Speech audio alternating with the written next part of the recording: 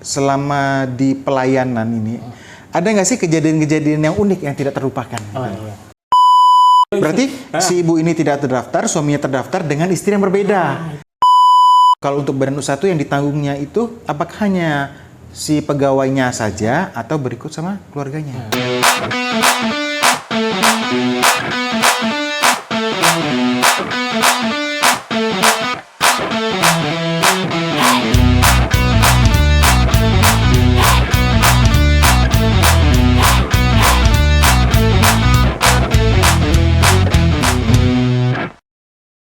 Oke.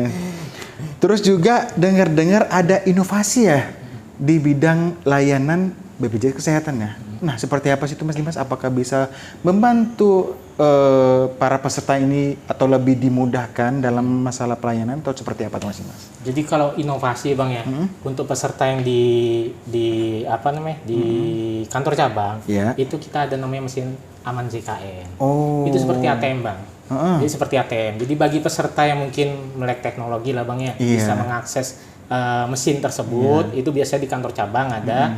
Nah untuk peserta tersebut, itu nggak merem berarti dia. Jadi dia nanti bisa akses misalnya perubahan fasilitas kesehatan tadi bisa, merubah kelas juga bisa, informasi juga bisa. Nah satu lagi nih Bang, kita ada namanya program namanya BPJS Kesehatan Online. Oh gitu. Nah ini baru juga nih Bang. Jadi kalau tadi kan BPJS keliling nih, BPJS keliling biasa kan yang kita menggunakan mobil ke suatu tempat.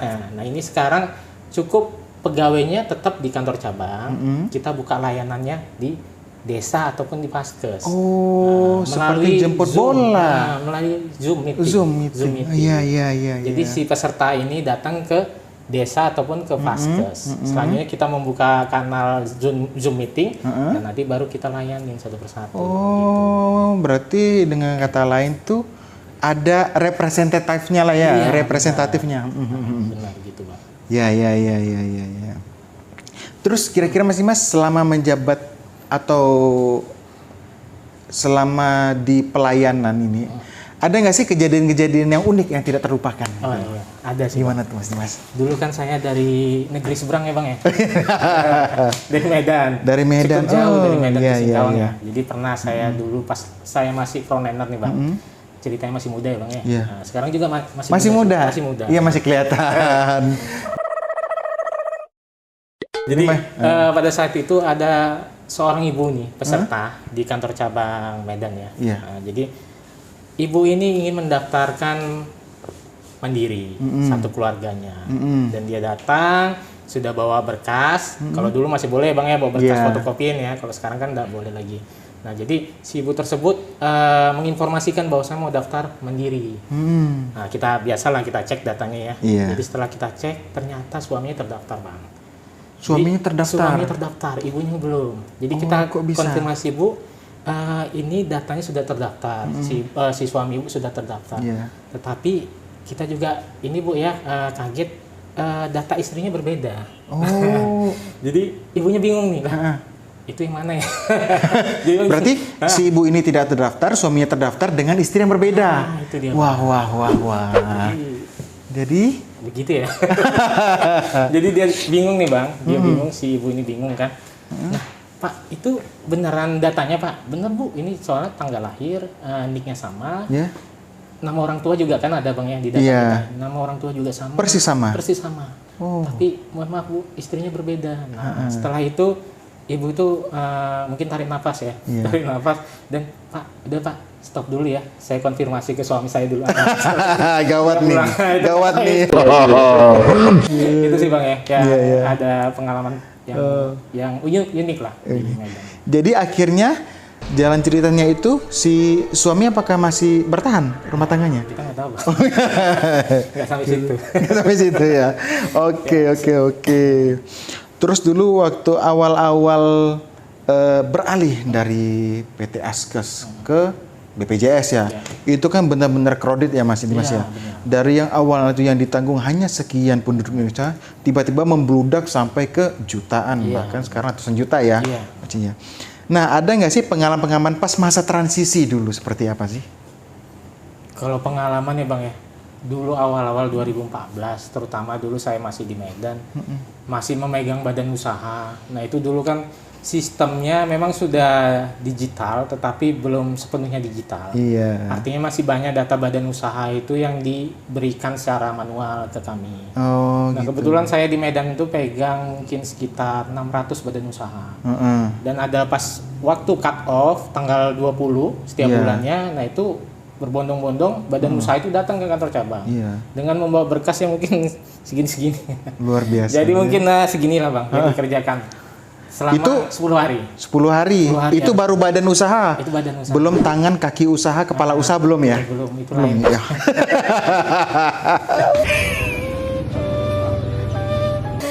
Dan itu harus dikerjakan, harus selesai, dan datanya itu harus valid ya, nggak boleh perusahaannya nggak boleh salah. Itu sih Bang yang selalu kita ingat gitu. Jadi kalau sekarang itu sudah lebih mudah. Karena sistemnya kan sudah ada eDabu ya. Iya. Aplikasi badan usaha yang bisa memproses data langsung. Fasilitasnya sudah support lah ya teknologinya ya Mas Dimas ya. Kalau dulu masih manual, itu aja sih.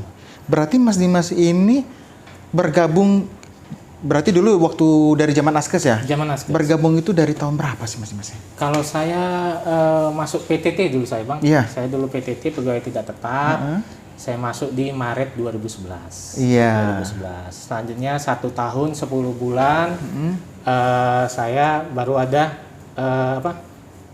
rekrutmen untuk pegawai. Nah alhamdulillah masuk tahun 2013 Bang. Oh 2013 masuk jadi pegawai BPJS, capek 3 bulan, baru Maret 2013 itu udah jadi pegawai. Iya. Nah, sampai dengan saat ini promosi di tahun 2021. Iya. Promosi jalur karir dengan kemampuannya lah ya. Bukan dengan ordal kan. Bukan. Diminum dulu Mas Dimas loh. Oh ini boleh. Ini ya. Ini bukan properti loh. Oh bukan properti. Bukan properti, ini bisa diminum. Ini buatan Yes ini super. Ini kopi asli dari Singkawang. Wah, luar biasa Mas Dimas. Campuran antara kopi dan kenangan. Denganmu tenang.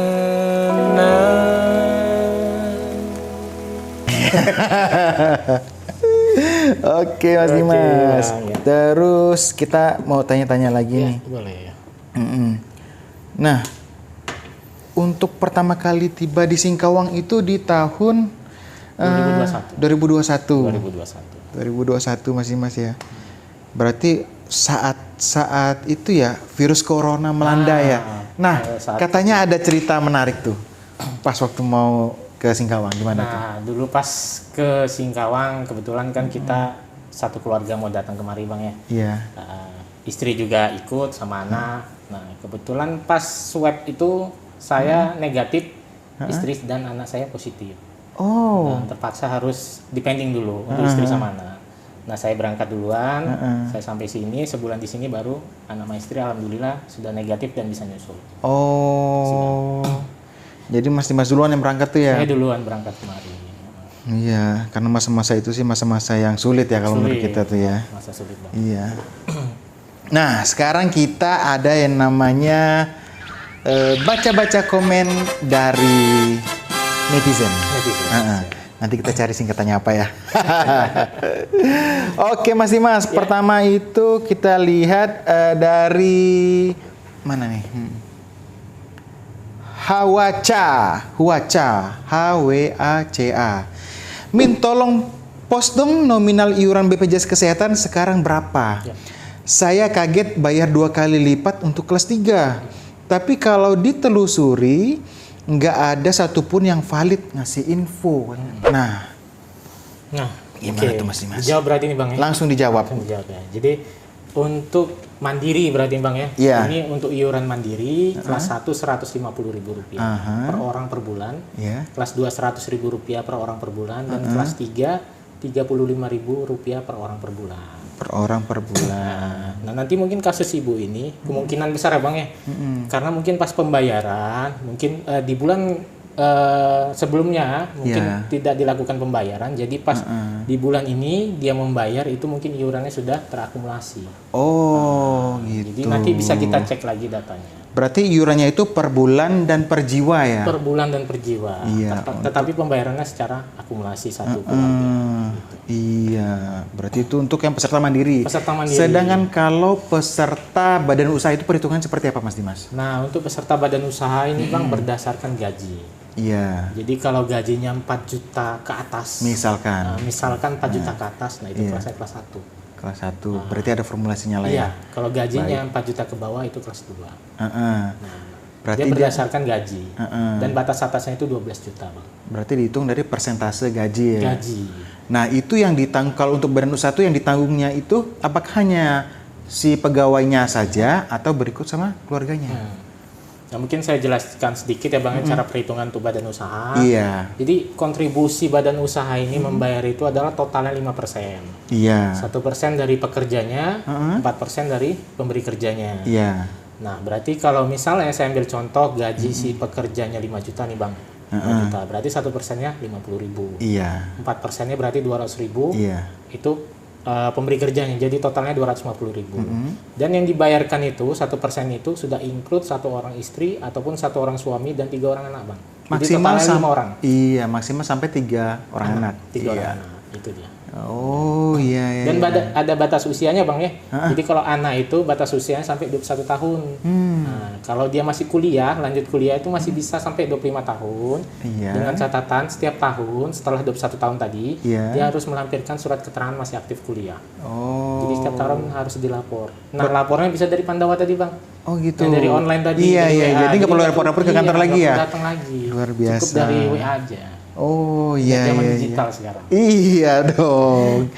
Berarti ketika umur anak itu sudah 21 tahun, otomatis nggak aktif tuh. Nggak aktif. Otomatis nggak aktif. Otomatis nggak aktif. Kalau masih kuliah lapor. Lapor. Kalau nggak kuliah berarti kita alihkan segmennya ke peserta mandiri. Iya, jadi kalau misalnya udah lewat 21 tahun, dia nggak kuliah, berarti dia nggak di luar tanggungan lagi. Iya. Dan bisa dialihkan ke adiknya kalau memang ada. Oh gitu. Dia anak kedua, ketiga, dan keempat nanti yang ditanggung.